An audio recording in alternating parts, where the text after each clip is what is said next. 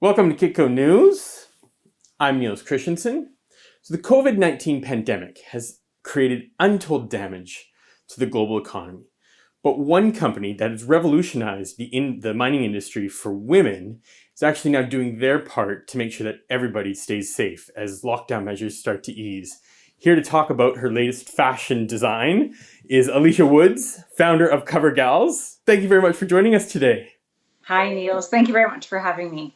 So this doesn't seem like much. It's a mask. It's a cloth. It's a reusable, cleanable mask.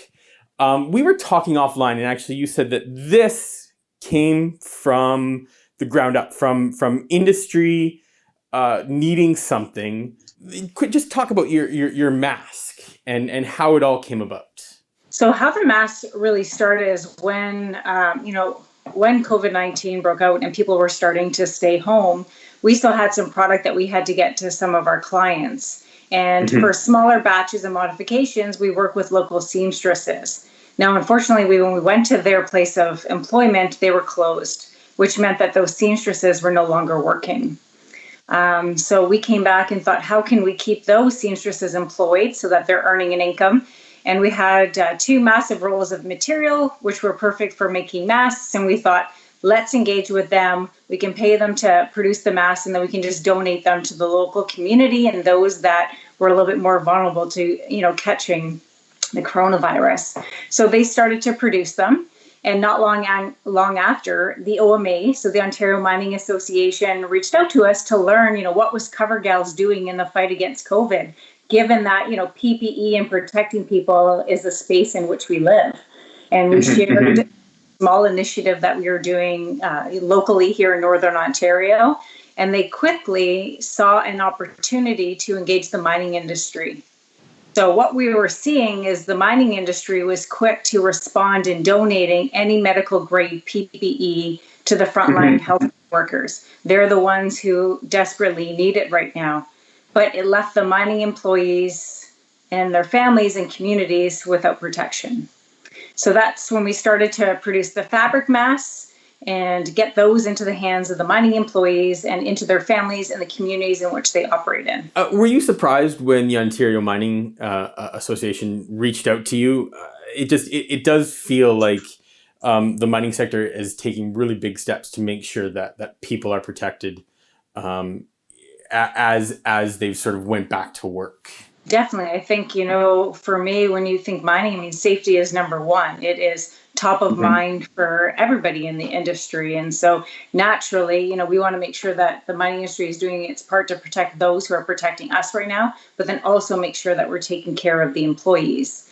The mining operations, a lot of them are in remote communities too. So those communities may not have the access to PPE that the larger cities have. So that was also a concern is, some of the indigenous communities, those remote communities, how are we going to protect them or offer some level of protection? Well, and it's hard to, we've all been down in a mine.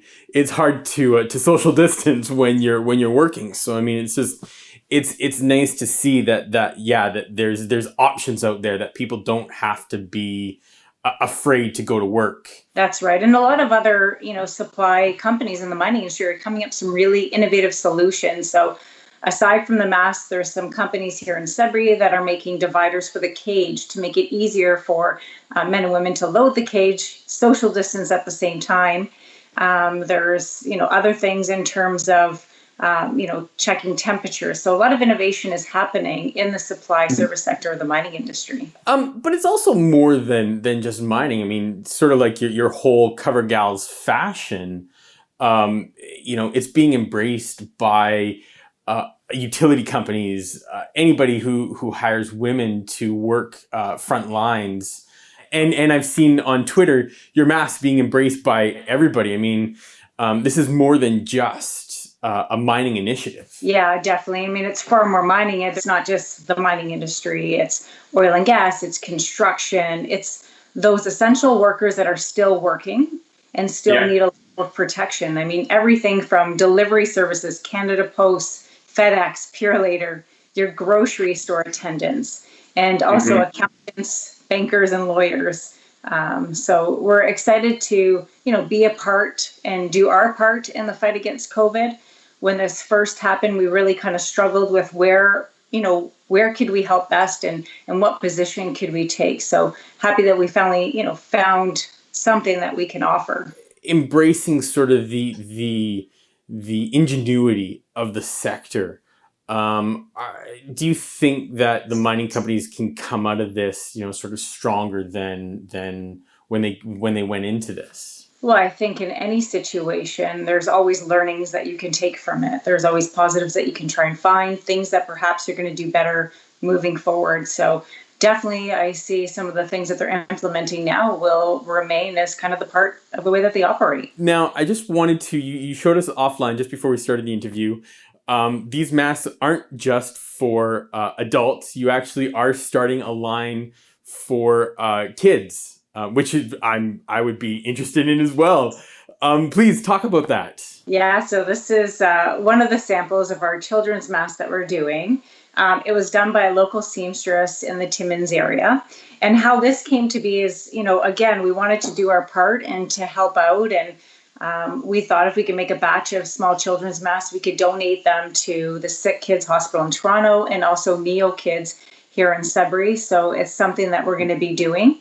But once we made that batch, other people realized that perhaps they want to have some protection for their children. Maybe if their children have to be at a daycare. So we've also engaged with the YMCA, and they're going to have those pieces of protection on hand in case they need it. So yeah, it's just kind of a natural progression, but not only adult masks, but we are making children's ones as well.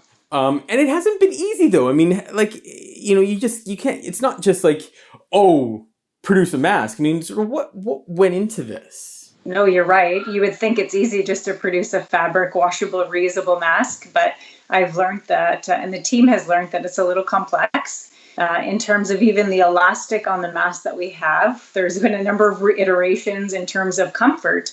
People are wearing this all day long, and with Covergalls, we really promote functionality and comfort. You have to be in this workwear all day, every day. So you need to make sure that it feels comfortable and you feel confident. So again, a lot of thought and testing on things like even, the nose wire that goes into the mask, and then the ear loops and the material that we're using. And as we move to the warmer summer months, we're actually starting to look at lighter materials, cooler materials, so that it's a little bit, less, not as warm on the face and easier to breathe. So what was more difficult design, the coveralls for women or the masks? Where did you use the most? How many iterations did it take? I actually almost feel like the masks were a little more complex than the Covergall, because the Covergall, I knew what I needed to do to it, because it was, my own pair of coveralls. And I just knew that I needed them to be functional, to be able to use the washroom underground properly, and then also a safe, proper fit. So even though the fabric mask is, small in comparison, I feel it was probably a little bit more challenging. That's perfect. Alicia, thank you very much for talking with us today. And thank you for, what you're doing to help communities and children. Thank you very much for your efforts and also providing jobs for seamstresses in Ontario. I think that, we briefly just talked about that, but yeah, this design, who is the person who made this, the blue one? So the blue one, that was done in collaboration with Leslie Hampton. She's an Indigenous fashion designer in Toronto with a tie to mining. So it was pretty cool to be able to collaborate with her and to design our masks. So like you said, we've engaged with some local seamstresses and independent fashion designers to produce masks for our online sales, while we work with our large manufacturing partner for mass production for companies. So it's been pretty exciting to be able to do both. Well, again, thank you very much for your efforts.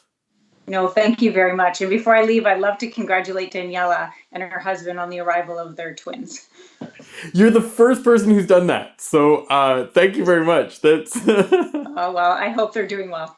Thank you for watching Kitco News. For the latest information in the precious metals markets, go to kitco.com. Stay safe and stay healthy.